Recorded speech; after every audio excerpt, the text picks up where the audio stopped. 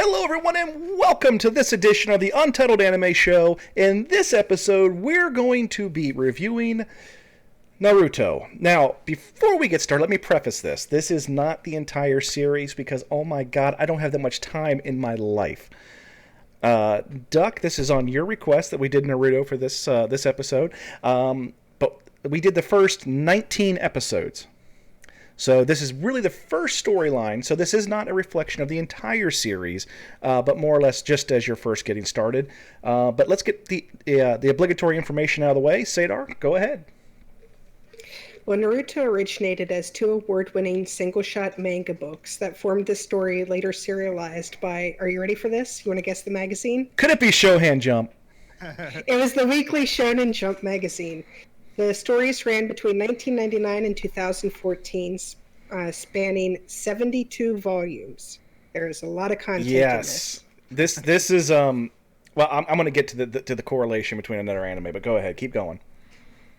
The anime was adapted by producers Parrot and Aniplex. It ran 220 episodes between 2002 and 2007, and this is just the original series. There's been spin-offs.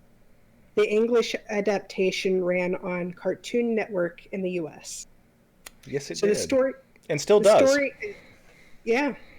So the story is, before the beginning of the series, the village that the series is placed in had been attacked by a powerful fox known as Ninetails. In response, a hero of the village sealed the powerful fox inside the body of his newborn son, Naruto. The story follows Naruto, an outcast now orphaned within the village of the Hidden Leaf, who yearns to become a ninja. Naruto lives in absolute ignorance of his history as the Nine-Tailed Fox until a renegade ninja, Mizuki, reveals his past to him. Naruto defeats Mizuki in combat, earns the respect of his instructor, and begins to train in earnest to become a ninja. If you are interested in Naruto, you can stream it on Hulu, Crunchyroll, Netflix, or Viz.com. So, Duck, this is arguably one of your favorite series. It is favorite. So why don't you tell us your overall opinion of it first, and why it is you like it so much? Of the whole series? Yeah, of the whole series. Okay, so probably the biggest thing is, like, this is the first anime I sat down to watch chronologically, episode 1 to the final episode. The characters, it was coming out for over the course of like 15, 20 years. So I grew up with the characters. You know, there's time where they do a time jump. Now, the show started when I was the same age as Naruto, and then they did a time jump, and now I'm still the same age as Naruto watching him, 3 years later. So I don't know. I could really identify with the characters then. It stuck with me so long, and I have since watched the series 3 times over. I've read it all. I can't get enough Naruto. So, Sadar, this is one of your foray in anime is not that old. You have not been in anime for an exceptionally long time, other than the series that you watched as a child, such as Sailor Moon and whatnot. This is about the same time period, though. So, what is your general impression of Naruto? I think Naruto is probably along the same lines as like Sailor Moon. It's anime candy, for people who like that flavor. All right, that's short, simple, and easy to digest, I suppose. So let's go to our scores, and these are going to be polarizing, folks. So we're going to start with originality. We're going to start with our highest score. We typically start with the lowest, but Duck, you gave this a 3 out of 5. Yeah. So it's really hard to rate this, like knowing the whole series.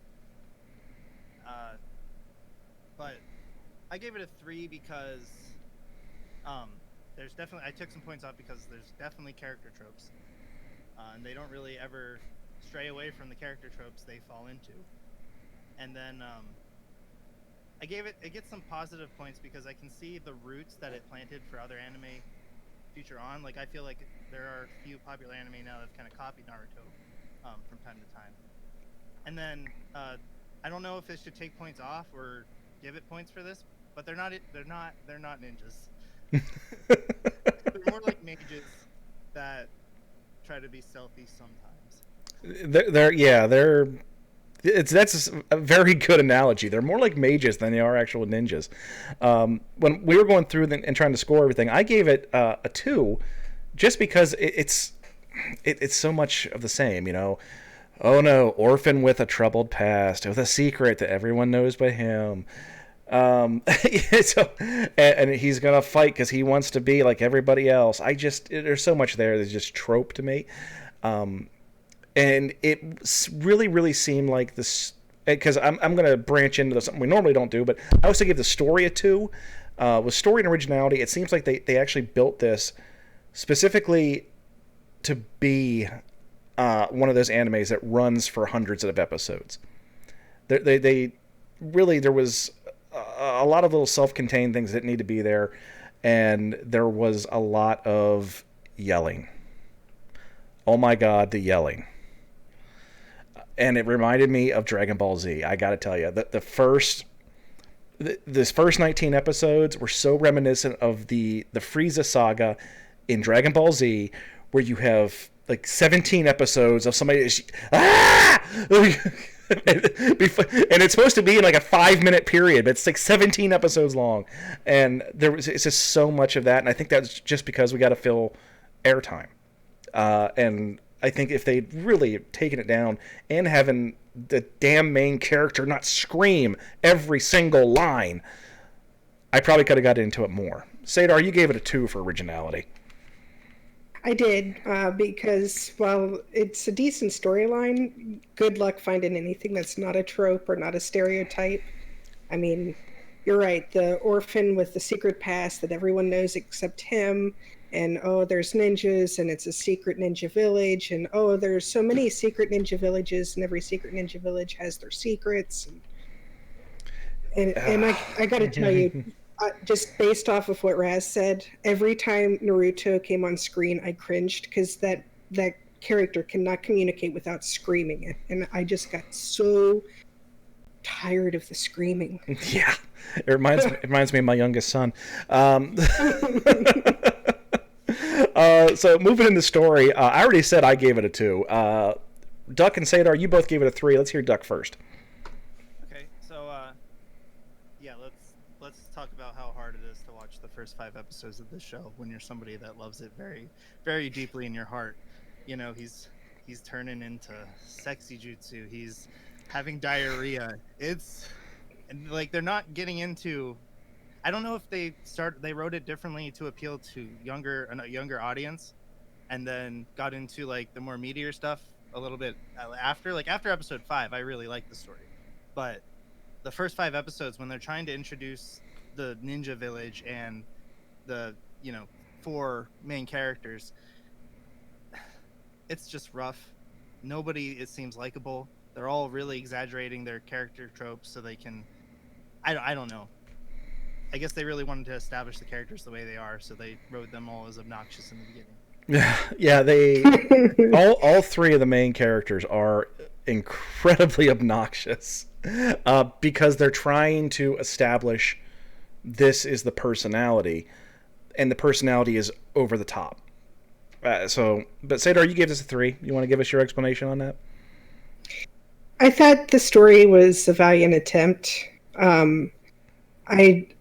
I realize that the story is old compared to a lot of the animes that we watch, and I'm used to women being, eye candy in animes, or jokes because of their chest either being too big or too little, or blah blah blah. But I was kind of offended by the female character in this episode, or in this series, that's only there because they need somebody to be attracted to the strong silent type, and that's really all she does is express her attraction. Don't worry. Yeah, there's not a Naruto fan that likes soccer. 0%. Outstanding. But that's all she did. She stood around, and she worried sometimes, and she monologued about her attraction to anybody except Naruto. Yeah, even the teacher. So artwork, we all gave this 3s across the board. Now, I'm going to preface this how I scored mine. typically when we do these scorings, we're basing it off of what is on the market right now. I didn't do that. I specifically thought to myself, because that's what I call myself, you don't want to score this as though it was made in 2019, because this was made in what year, Sadar? This was this is back in the mid 90s, wasn't it? When it came out. When was it? No, early 2000s. Really? Was it that? Okay, well, maybe I should have scored it lower. The anime came out in 2002. Yeah, so you're talking. It's even in 4:3 resolution. It's so old. But for the time period, the animation was actually very good. I just didn't care for that style. It was more along the lines of the same style you saw in the early Dragon Ball Z type stuff, and I didn't like it then. I don't like it now, but I still gave it a 3 because it wasn't the like the stop motion type crap that we're used to seeing. There wasn't much stock footage used over and over again like we were used to seeing with like something like Sailor Moon. But it is, so I did give it a right middle of the road 3. Sadar? I had a lot of the same thinking behind my score of 3 also. It's not a modern anime. It's not recently drawn. It's not fair to compare it to things that are coming out today.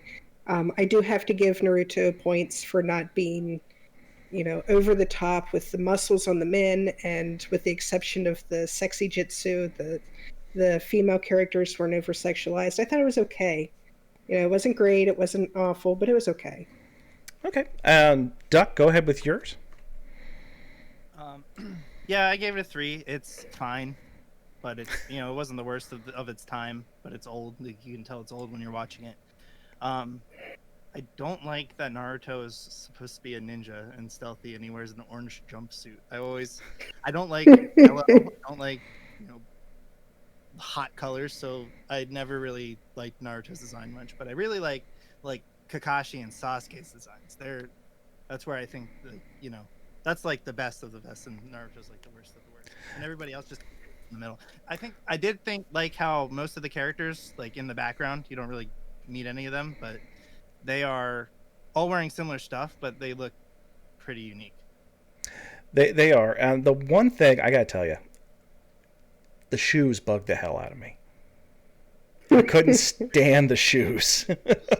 Every shoe, no matter if it's a combat boot or whatever, it's open-toed. I don't know why. It was just so bizarre to me.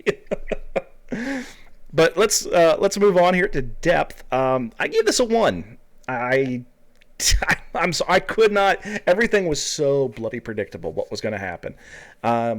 Everything was trope. Everything was predictable. I found myself quite a bit playing with my phone while trying to watch it. So I'm not really. I can't give it a high score for depth at all because it did not draw me in one bit. Sadar, you gave this a 2. I did. I scored it harshly because this first arch really didn't have much depth at all. But I gave it a little bit more than you, Raz, because it felt like they were trying to build to something. We just didn't get it in the first arc.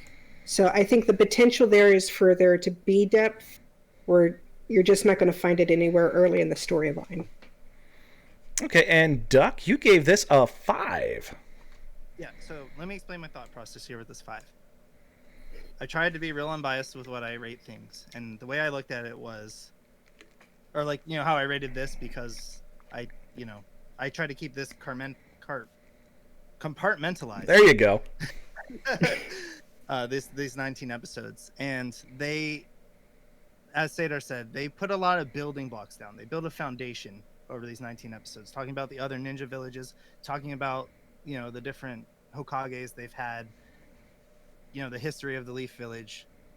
And while I know it all gets fleshed out, the fact that they talked about this huge world that the story takes place in, and then focused on not even the village that the characters are from, but in the later part of this arc, they went to another village and they focused on that so much. That just is an example of the world building they're going to do and how much detail you're going to get on the little places. Okay. Going back to our final score, bingeability. I saw this one as a chore. It was a chore. It's like, okay, what episode are we on? We're on 10. Okay, 9 more to go. So I gave it a 1. Sadar, again, you gave this one a 2. Give us your reasoning. My reasoning here has a lot to do with the depth. I think that the foundation is there, that I'm kind of curious about where they go with it. But man, getting there would be painful. I did not, I wasn't excited to watch the next episode as I went through this first arc. On the next exciting episode of Naruto. Naruto screams. Who saw that one coming? Nice. So, okay, and Duck, you gave this a 5. I gave it a 5 because I could watch all 19 of these episodes in one sitting. I have. I've seen the beginning of the show many times. So yeah, it's just easy. It's easier for me to watch, but I mean that's probably also because I know where it's going. Yeah, I mean, it has the potential. Like, going back to what I was saying earlier, the first couple arcs of Dragon Ball Z were atrocious. They were horrible. Now, I've actually not watched the Dragon Ball Super series, but I have watched clips of it and stuff that's happened on YouTube and stuff like that.